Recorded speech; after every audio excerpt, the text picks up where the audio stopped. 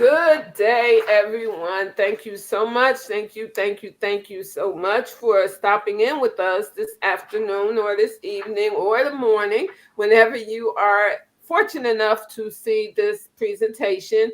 This is the CHOMS MEDI-HELPZ Foundation Black History Month. This is our first annual Black History Month, and we've been blessed the past 17 days, and we'll continue to be blessed on this 18th day of February as we've been able to bring forth people who care, senior subject matter experts who, when I ask, would you please help me bring forth the message of love, the message of we care, the message of together we rise?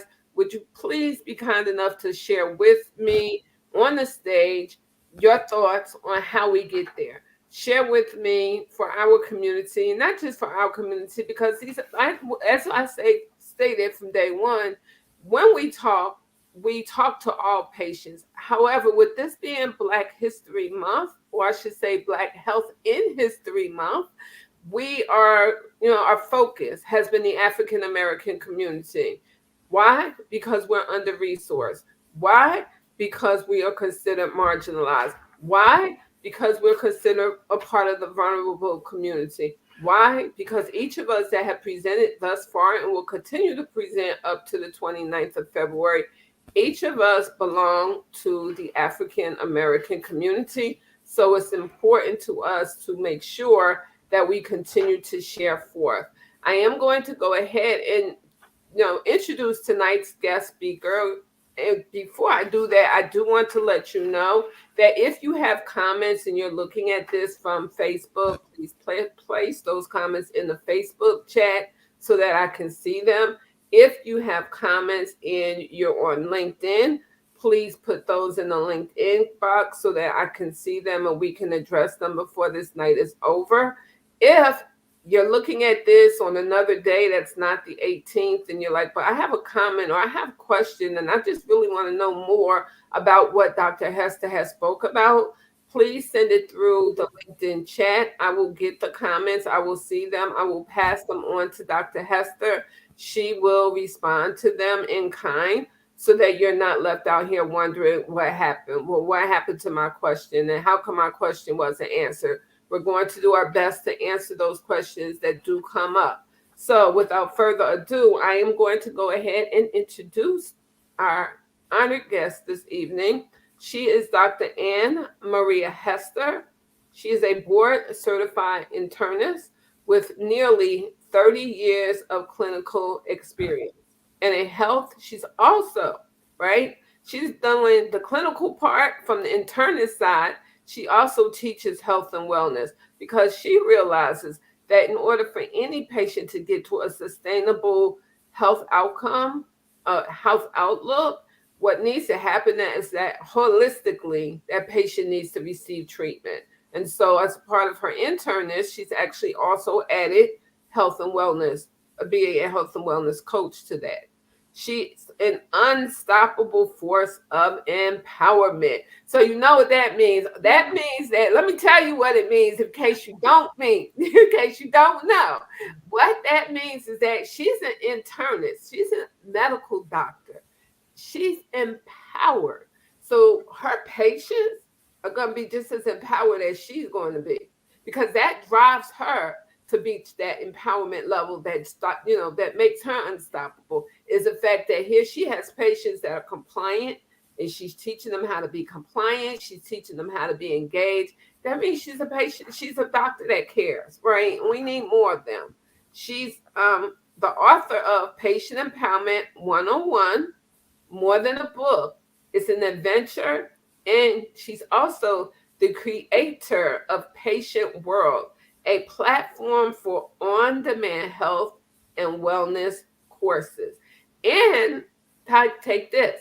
She also was kind enough to bless the CHOMS MEDI-HELPZ Foundation with free courses that you have access to. All you have to do is ask. Sandra, how can I get those courses? What are those courses? How can I get them? If you want to pay for courses, she also has paid courses. But if you just want to, see what's out there, check them out, see what it's all about, she also has courses that she blessed us with in order for us to bless those who need to be able to get, readily access to health instruction and health information. So, without further ado, what I'm going to go ahead and do is I'm going to actually go ahead and introduce Dr. Ann Marie Hester. Hello, and thank you so much. I am so honored to have been asked to be here. There are a few things that you left out. I am a grandmother, a great grandmother, a mommy, a wife, and the mom of a 99-pound German Shepherd I still call Papa. So, again, thank everybody for coming. It's really a blessing and an honor to be here. So, I want to get started by giving you 3 words: prevent, treat, reverse. Repeat after me. I want these words to be in the depths of your brain. Prevent, treat, and reverse. Now you're wondering why those words are important. I am so glad you asked, because every year millions of people around the world die from a disease or suffer unnecessarily from a disease that is preventable, treatable, or reversible. Now let that sink in. Millions of people. That does not even begin to tell the story.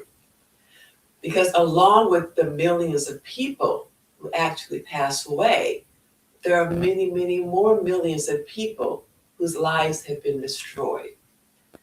Wives, husbands, women who would never have their father to walk them down the aisle when they get married.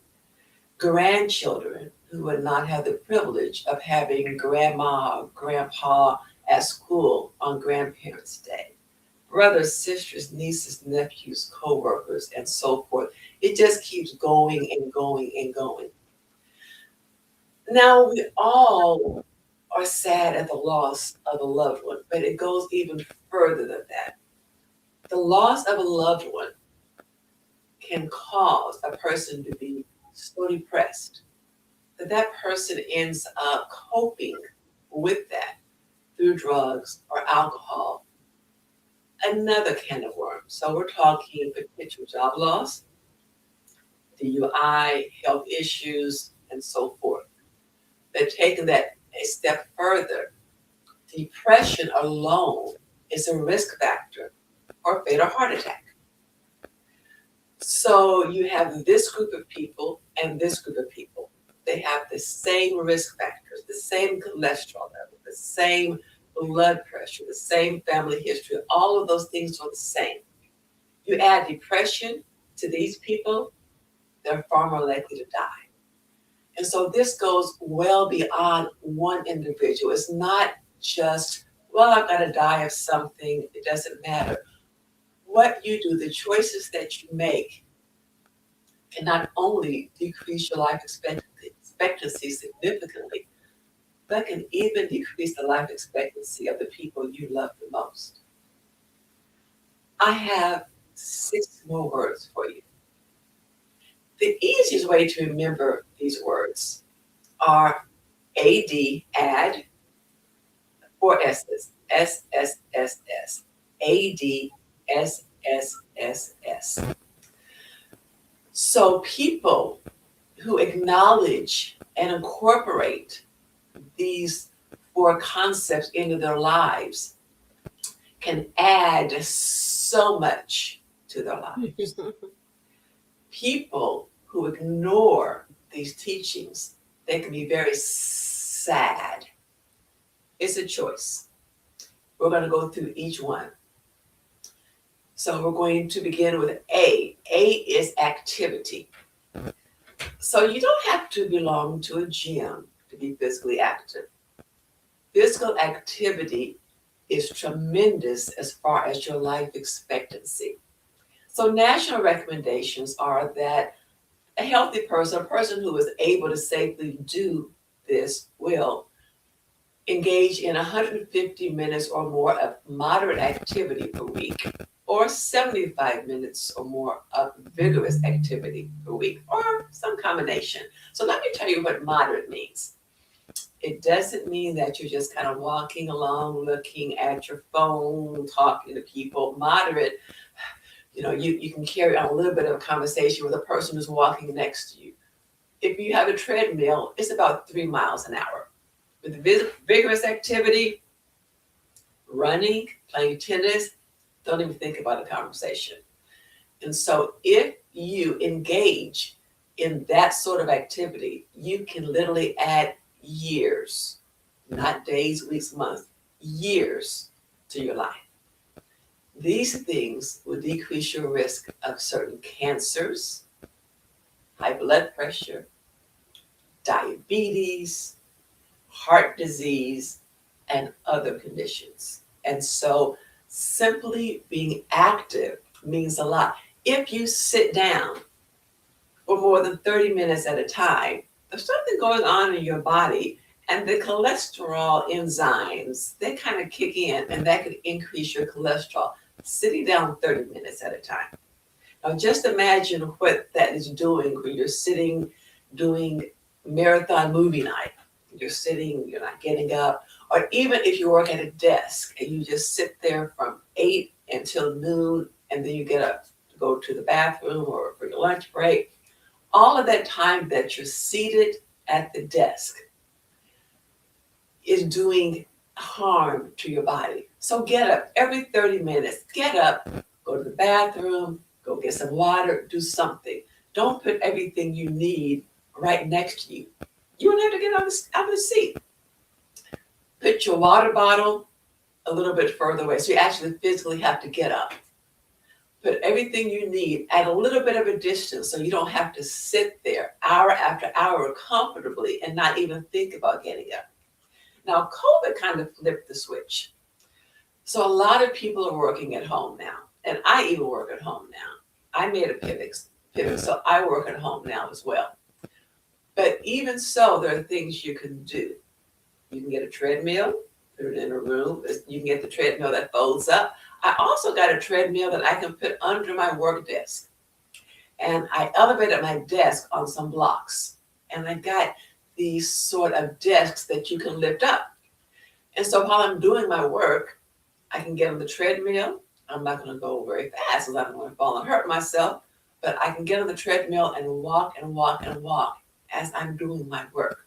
I can do that in the morning and in the afternoon, plus all the other activity. Just get creative. If that doesn't work for you, you can get an under the desk elliptical. You can get an under the desk bicycle. There's so many things you can do to stay active. So again, A is for activity. D is for diet. By diet, I mean a whole foods, plant-based diet. No, you don't have to be a vegan and you don't have to be a vegetarian. But if you have a plant-based whole food diet, that can help you live longer. Let me give you an example. We know that if you have women with breast cancer, all other things being the same, and they have a strong diet, plant-based whole food diet, the one who follows this diet is less likely to die than the group that does not. So we have chemotherapy, we have surgery, we have all of these things, but the diet can actually help you live longer with cancer. The same thing with prostate cancer. Yes, you have treatments, but just making smart dietary choices can also help you live longer. The plant-based foods, they have everything that you need. People think of the animal products as the protein. Really, a lot of the calories you get are really from fat, often saturated fat. Yes, there's protein, but you can get protein in pinto beans. You can get protein basically in anything. Walnuts, spinach, even apples have a small amount of protein. So all plants have some combination of the major nutrients, the protein, the carbohydrates, and the fats to varying degrees. And so when you hear the term eat the rainbow, it's because Different plants have different nutrients. You're not going to find the same nutrients in yellow corn as you're going to find in deep green kale, as you're going to find in an orange, as you're going to find in uh, purple cabbage. And so if you eat a variety of things, then you can get a little bit of this, a little bit of that, a little bit of this. And so when you put it all together, your body is getting the full package. It's important to also realize that the American diet is heavy into processed foods. And I want you to think about the fact that food scientists, a lot of them get paid big bucks to develop just the right combination of foods with this certain balance of salt, sugar, and fat that makes the food not only pleasurable to taste, but once you ingest it, it goes to the brain. There are signals sent to the brain that gives you this sense of euphoria. Comfort food, it feels good. And so you want more and you want more, but we're talking about more and more salt, more and more fat, more and more sugar, higher and higher blood pressure, more and more blockage of the arteries, increased risk of diabetes. But your brain says, this feels good, I want more. And specifically, those foods release chemicals that hit the same pleasure centers of the brain as sex, drugs, listening to music you like, and other pleasurable things. So there is a real basis for this. In addition, you have a thermostat on the wall, and you can, let's say you set it for 70. And if it gets too cold, your heater kicks in to pick you back up to 70. If it gets too hot, the heater turns off because the thermostat knows 70 is the goal. Your brain has a thermostat, it has a set point. And when you ingest a lot of ultra processed foods, those foods can be toxic to the thermostat or the set point in the hypothalamus of the brain. So what that means is you decide, okay, I want to lose weight. Your body's used to where you are. And with the toxic activity of all these ultra processed foods and what they're doing to that set point, you try to exercise and your body says, hey, she's sick. Something's wrong. She's losing weight. Let me lower the metabolism so she gains the weight back. You stop eating as much and you change your diet again. Hey, something's wrong. The set point is 150, 160 pounds. She's 130. I better change that metabolism to get her back up. So people, they exercise, they eat less, they eat wiser things, and they find that they cannot lose the weight. A lot of people have seen the show, have heard of the show, The Greatest Losers. Yeah, they lost a lot of weight, but most of them gained most of it back. It's not a simple thing to do. And so it's not only about the adults. We've got to teach the children. We've got to teach our children how to read labels, how to think through things. So when they're choosing things, they will choose the right things. A whole food, an apple, processed apple, applesauce, ultra processed apple, the fried apple pie you get at a fast food restaurant. So you go from the whole food to the processed to the ultra processed, and the nutritional value just tanks. The apple is still there, but by the time you add all of these other things that are destroying your health, what's the point of having an apple? So we have A, we have D. S, stress will take you out of here. A high stress life does so much to impact your life expectancy. Everything from making you release hormones like adrenaline, the fight or flight response, your blood pressure shoots up. That's acutely, but long-term stress will make you release cortisol. With cortisol, another hormone, you deposit fat around your midsection. It impacts your blood pressure. It does all sorts of things. All of those things can decrease your life expectancy. Sleep is another one. Sleep is so important. Don't fall for the the the thought that if I can make it on 3 or 4 hours of sleep, I'm strong. I'm Superman. I'm Superwoman. Because what you're doing is you are destroying your health. If you don't sleep well, you don't get restorative sleep. And for an adult, that's typically 7 to 9 hours a night. But if you are not getting adequate sleep, your life expectancy goes down. They have found, for an example, that people who do shift work may have a higher risk of breast cancer. And that is just one of many examples. Your body needs that downtime to kind of reset, to equilibrate. And when you deprive your body of appropriate sleep, literally, you're just taking time off of your life. That's not to say, once or twice every now and then you don't get enough sleep. I'm saying chronically, you need to prioritize sleep.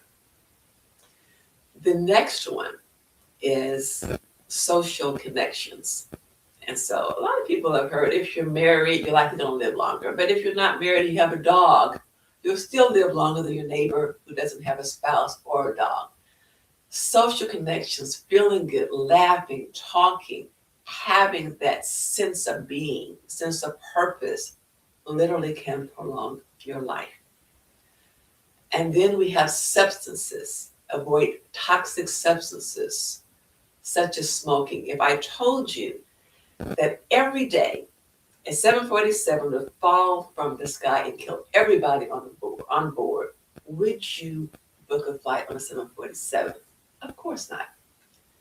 Every day more people die from smoking-related illnesses than if a 747 crashed every day. That's only one of multiple things. Alcohol. A lot of people don't realize a woman who drinks more than a drink a day increases the risk of breast cancer. Also, alcohol can impact your blood pressure, impact your heart, it can make your brain shrink, it can cause a variety of things of cancer, in addition to putting your risk of DUI and other things. Those things we know about.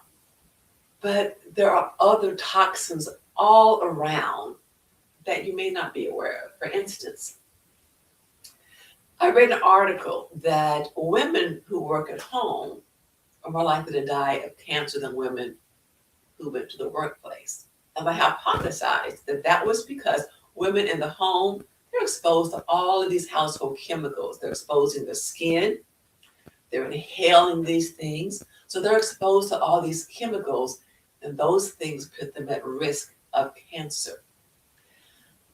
I encourage you to go to a website called ewg.org. ewg.org. Pull out your detergents, your laundry detergent, your lotions, your shampoos, all of those things. And a lot of those you'll be able to look up in this website, in their search bar. And so let's say you put brand X in, and it will say it has a very low rating because it has chemical A. This has been associated with breast cancer. Chemical B. This has been associated with this problem, chemical C. When you go through these step by step by step, you're going to be alarmed at everything that you're exposing your body to every day, day in, day out. Your body's just taking in all of these harmful chemicals. Sometimes the manufacturers are clueless. Sometimes I think they're really not. But realistically, for certain people, it's about the money. It's not about you. It's not about your health. Yes, they want the great customer service and to encourage you to buy their products over and over. They're getting rich and your health is plummeting. I spent one afternoon on ewg.org with my household products, my shampoos, all of those things. And I ended up throwing almost all of them out. And I just went on Amazon and I just started ordering things, looking at the green products, the safer things. Another thing is plastic. You can go and you can purchase Ziploc type bags that are made out of cornstarch, biodegradable things. You don't want to keep exposing yourself and your family to plastics. And so I could go on and on and on But the most important thing, what I want you to remember and take with you, prevent, treat, and reverse. Because it's not just about you, it's about everybody you love and how they would handle it if something happens to you. And it doesn't mean that you have to pass away. You could become disabled from a catastrophic stroke. You could lose your eyesight from diabetes. You could end up on a dialysis machine with diabetes. So many things can happen that will just turn your world upside down. If you were out at a picnic and you looked up and you saw this rock coming, it's far away. I'm not going to worry too much about it. So you would go back to eating the barbecue, laughing and talking. You look up a few hours later. It's bigger, it's a little bit closer, but it's too far away for me to really worry about. I'm going to go back and enjoy my family and friends. A couple hours later, you look up, it's bigger still, and it's closer, but it's still far away. But the last time you look up, it's right over your head, and it's too wide for you to run away. That's how you need to think about your health. Don't wait until that rock is right on top of you and it's too late to do anything. You see it far away. We all have the same issues. We're all dealing with the substances, the chemicals we're exposed to, the food choices we make, the determination to or not to be physically active. All of those things we have control over. And we need to make wise decisions for ourselves and for our families. And I thank you so very much for your time. And I pray that you would take any words of wisdom that I imparted to you and share them with someone so they can learn, so they can grow, so they may not die unnecessarily and be one of those statistics. And I do want to say, Dr. Hester, thank you so much. I'm certainly going to look up that organization that you just told us to look up. I would encourage everyone to look up that organization to see what you're bringing into your home. Not even what you're bringing into your home, but what's already in your home. Yes. You brought up and I actually want to say thank you so much for all of you that are listening live, whether you're listening live now, whether it's on Facebook or LinkedIn, whether you're listening later. Once again, if you have a question, please go ahead and send me it through comments on LinkedIn or on Facebook. Send it to me, send me a DM and say, hey, Sandra, I listened to that video and I have some questions so that I can get them to Dr. Hester. That's what this is all about. This is about not only us helping you, but helping you so that you can help yourself, but having the assistance that you need there to continue to help yourself and continue to do those things that need to be done in order to be able to reach not just the better health outcomes, but the best. Why stop at 99 and a half when we can easily get to 100? We can surpass 100 and not just surpass 100 for just one day, but we could surpass 100 so that we're living longer, our kids are living longer, our community is thriving. All of this program this month is designed to get you thinking and acting. What good what good is it if we get you thinking but you don't act on anything? So please, by all means, if you need to outreach us, go ahead and do so.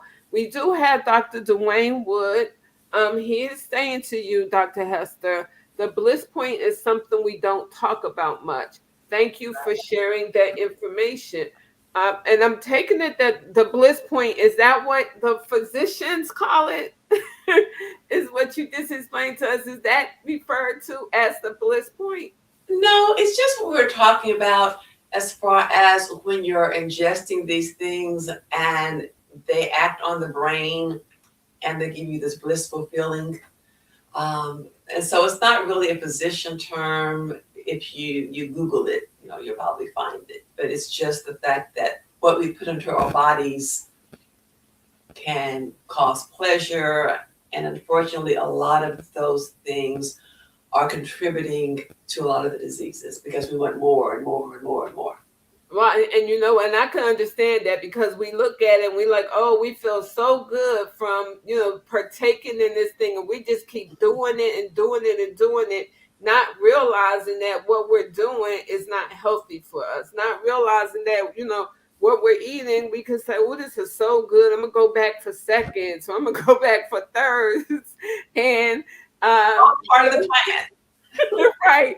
And thank you, Dr. Dwayne Wood. He added the perfect combination of fat, salt, and sugar. And you know what? That combination, that perfect combination, it gets us every time. It gets us thinking, oh, we doing so well, on such a high when it comes down to the foods that we're ingesting and the things that we're taking, that we're drinking. That yeah, I mean, it's easily to get lost. I do want to ask you a question, and it's this. You brought up a very good point earlier in reference to people who, go on these weight loss diets. And they go on these diets, whether they're binge diets or whether they're, the gastric bypass, thinking that it's all, this is all I have to do, right? I just have to lose this weight.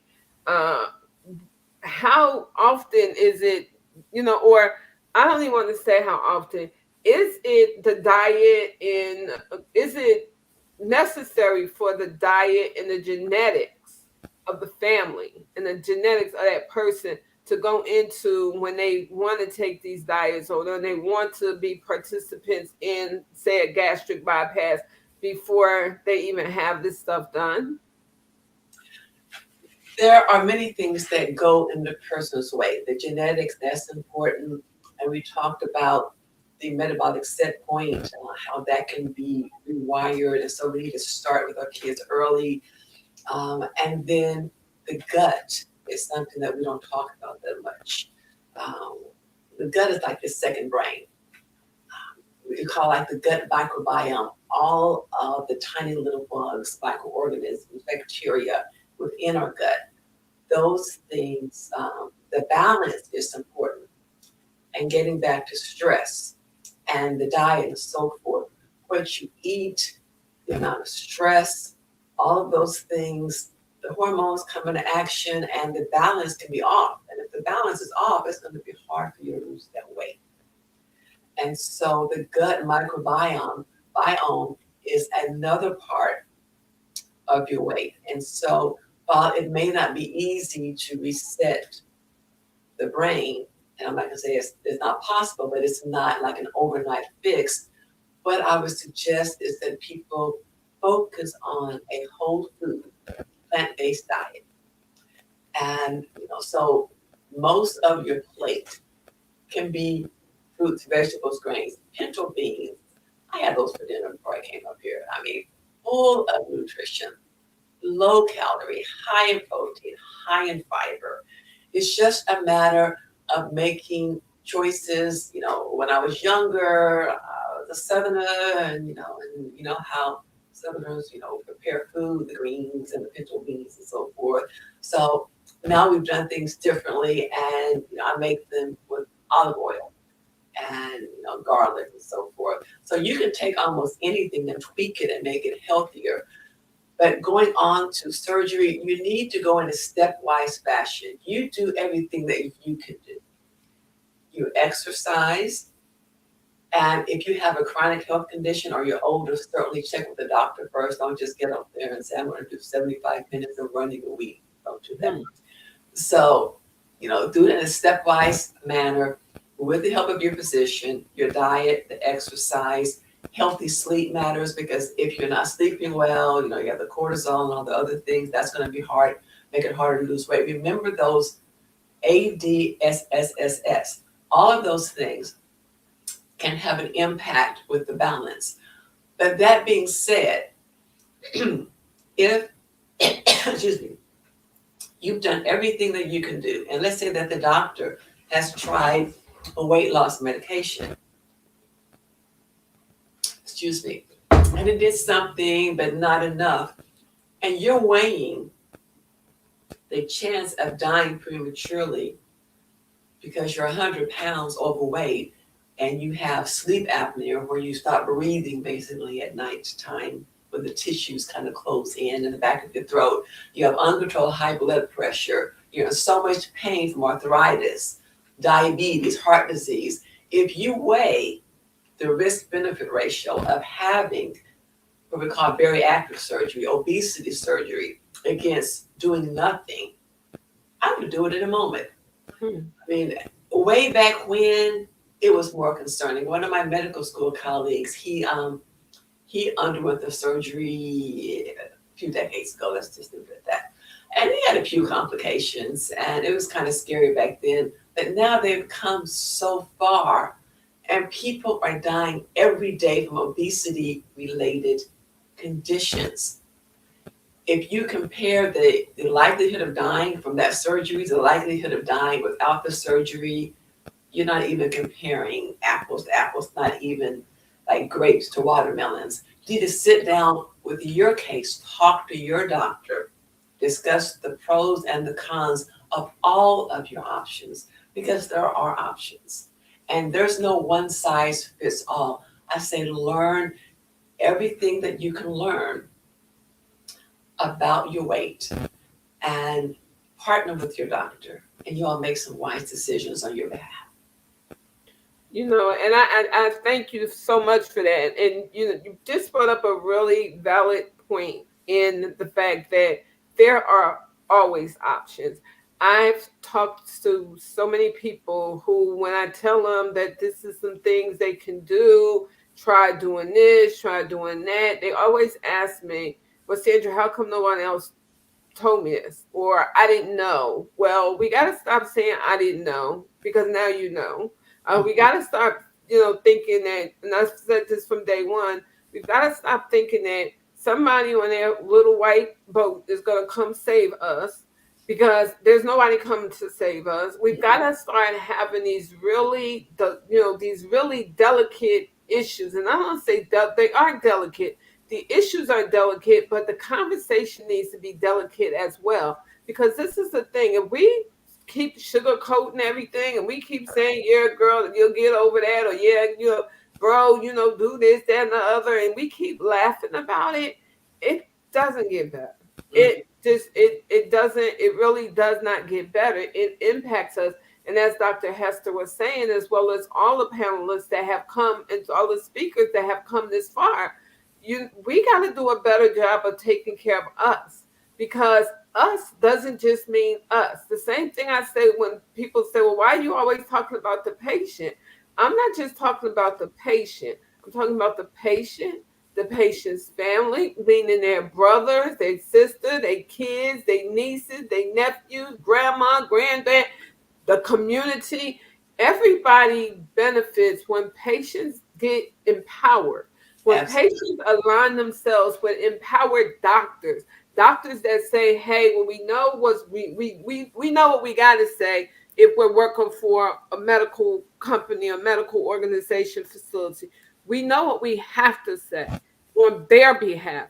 But let me break it down to you and let me explain it to you like this. Because maybe if I explain it to you like this, taking off the white coat and talking to you one on one as a person, the doctor and patient, perhaps you'll get it then. Perhaps you'll see that there's really nothing in it for me other than I want to see my patients be successful. I want to see my patients get to that point where they're not just looking at access to healthcare. Because anybody can access healthcare. I can go right down the street. I can get my car and go 3 minutes out, and I'm at a whole slew of doctors.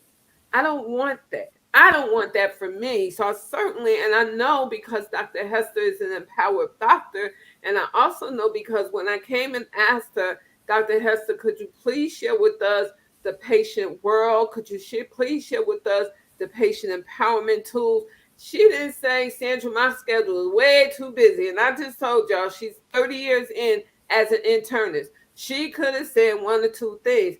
Or one of three things. She could have said no. She could have said, "Sandra, my schedule is way too busy." Or she could have said, "I'll do it. And here's my stipend. Here's what I'm asking for an honorarium."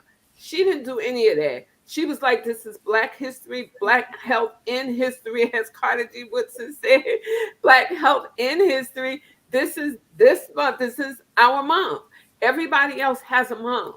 And so when we have our own month and we have those providers that step up for us and come to us freely and don't ask us for anything other than take care of yourself. You didn't hear her say, hey, you can schedule an appointment with me, $300. You didn't hear her say, yeah, I'll come talk to your organization, check me out, and I'll, tell you what my fees are. She never once mentioned anything other than please take care of yourself. So if a provider is online begging you to take care of yourself, that word self-care, if she's on the on the system, on streaming, and she's saying to you out of the kindness of her heart, please take care of yourself, please. What can we as a patient do other than step up to the plate and take care of ourselves? There's not much that we can do. And I do have another comment that came through from Dr. Wood, and he is saying, as an endocrinologist, I see so much morbidity and mortality, and there are so many options available to patients. We can and must take charge if we are to make a dent in the health of our community. Dr. Wood, thank you so much. I have diabetes. I'm a diabetic patient. I go to an endocrinologist. I also have on my medical team, I have a functional medical doctor who's also a pharmacologist. That was my option and my choice that I chose to take. However, for those of you who are listening, there are other options. There are other choices. There are people that will work with you through these, and they'll do it. There's a number of organizations that will do this without charging you. Will do this on a flat fee scale. They'll do this without you having to worry about how am I going to pay for it. However you got to pay for it. If we out here buying up everything else and we're paying top dollar for everything else, why are we not paying top dollar for our health? We only get one. Excellent point. We only get one life. I said this. Look, Dr. S, I said this a couple of times from the 1st to the 18th. I said this. I don't want to come back.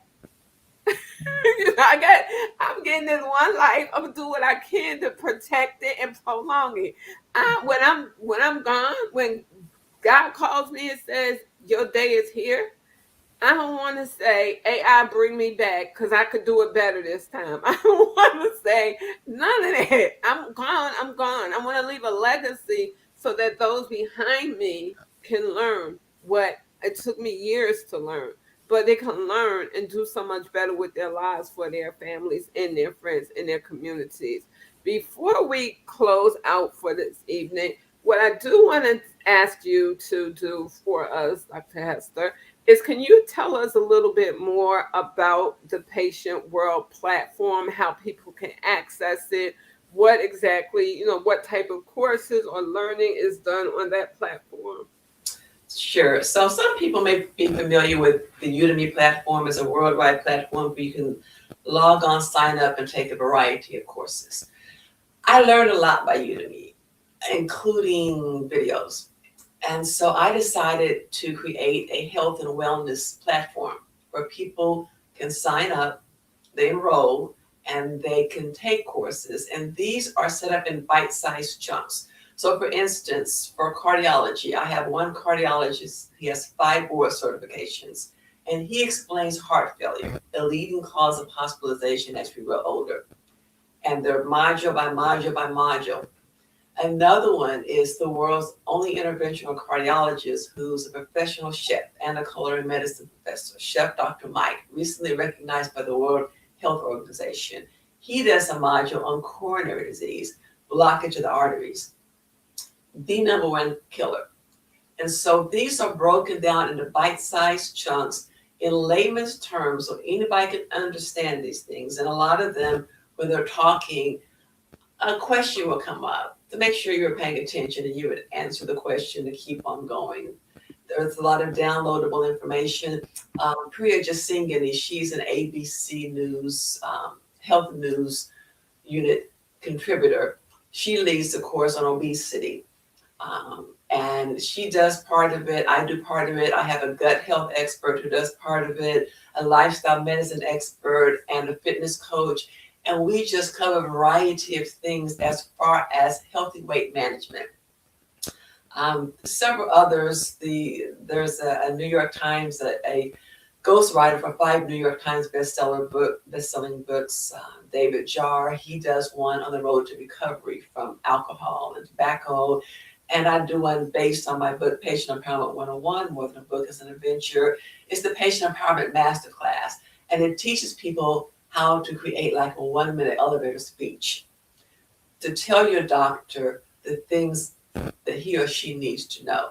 And so I give people like an inside look, so to speak, on what they need to do. And I shared this information with one of my coworkers who's not a doctor. And a few weeks later, she got sick. She ended up in the ER. And she had this information on her phone. And she pulled it up. She gave the ER doctor a great history. And when he was finished, he diagnosed her quickly, treated her. She was able to leave the ER without being admitted. But when he finished talking to her, he asked, "Are you in the medical field? I've never had anybody talk to me that way." So the goal is to help people think the way we do. It's not that hard. There are specific things that we want to know. We want to know the location, the severity, the variety of things that we want to know about your illness. And I just lay that out for people. And so patientworld.net is the platform where you can go and you can enroll in a variety of health courses. There are others. I just launched it a few months ago, so I'm adding more. I have my diabetes educator. She's done her course, and I'm going to edit that and put that up soon. A doctor of pharmacy does one on blood pressure medicine. So over time, you're going to see more and more courses on the platform. And I believe the one I gave you was one of the cardiology courses. And the African American community, we do not have access, or we do not see cardiologists, heart specialists like others. And I believe that the free promo codes I gave you a lot of was for one of the cardiology courses, probably the heart failure course. But that's basically what patientworld.net is. Yes, and you are correct. The courses that I have are tied to cardiology. So if you are a cardiology patient, if you know someone that has cardiac issues, if you think you might have cardiac issues and you're just really not sure, you need to actually let me know. Say, hey, Sandra, once again, go to her platform to see what other courses are out there. But if they're tied to cardiology, Sandra, can you send me what you have? Because I would love to have access to those free courses. I want to see what it's about. You don't have to tell me all of your business. But if you want to share something, but once again, if you know someone that needs this help, I suggest and I highly recommend that you contact me, send me comments, send me anything to get a hold of me to ask me about how you access these resources. And so I do want to clarify that the one by Dr. Kier Mavani, the heart failure one, I'm able to give as many away of those as I want. The one by Dr. Mike, contractually, I'm not able to just give away his courses. But certainly, if people have an interest in that course, I can certainly just let me know, and I can certainly give a significant coupon code for that. So you heard that yourself. Once again, there are classes that you have to pay for, but there are some free courses. So just send us a note and say, "Can I see what you have?" And then if what I have isn't good for you, then say, "Sandra, could you put me in touch with Dr. Hester so that I can get the courses that she has?" Because I want to be able to know I want more information, and we should all, every last one of us in the community that has access to these videos, we should all be wanting to know more. Whether we know more today or whether we like, well, I want to sit down and look at it and I want to see what exactly it is I need. However you have to do it. Once again, if you can pay for some of the things that we pay for entertainment, certainly we can pay for our health and the needs of our health.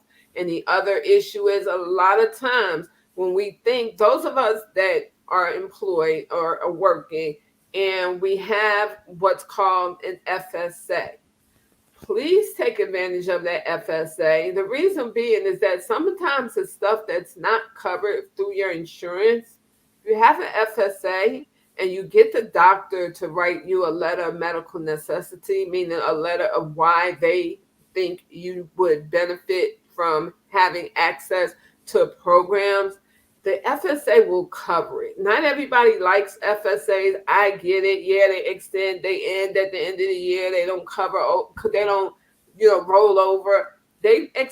Actually extended it past the end of the year. So now they'll let you go to like February or March to spend your resources. But look into it to see, because it's a benefit that helps you when you need these extra items and you don't have the money to, or your insurance doesn't cover it, so that you can get the extra help. There's resources and options. We just got to take care, we just have to take advantage of those resources and of those options. Dr. Hester, I thank you. The board of Chom's MEDI-HELPZ Foundation thanks you so much for taking time out of your busy day to help us to encourage those in our community to be patients that are engaged, empowered, and educated. Once again, just those three alone, we will be well on our way to a very sustainable best health outcomes goal. So please do what you can to make sure that you're taking care of yourself, your family, and your loved ones. And before I close out with that and very, very pretty smile of yours, Dr. Hester, that smile that catches on, right? I don't see how anybody that is ever around you, when you start smiling, I can't see how they could continue to have a bad day or be challenged with a bad day. If I could take your smile and like post it up, like, okay, you have a bad day, look, and just like show everybody, what comes. And I tell all people this all the time: beauty radiates from within. When you see someone that has a smile as precious as hers, you know that from inside out, she's good. She's good. May So God get all the glory. that's right. That can you say that again, and then can you close us out with like 2 tips that you want us all to walk away with? Okay. I said, may God be all the glory. And my father died unexpectedly when I was in college. And at the funeral, they sang a song I'd never heard before. If I can help somebody, my living will not be in vain. Mahalia Jackson. And that's what I try to live by. If you can help somebody along the way, then your living is not in vain. So take up this information. You can help save lives in addition to your own. Thank you so much. And I want you to continue having a very blessed day. You do the same. Thank God bless you. you.